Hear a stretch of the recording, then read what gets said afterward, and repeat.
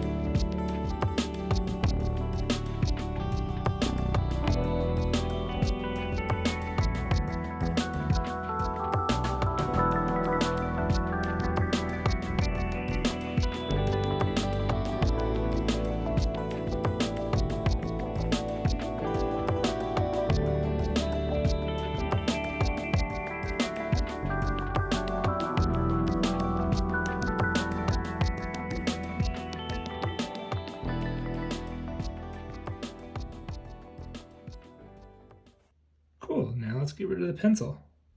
Ooh, magic.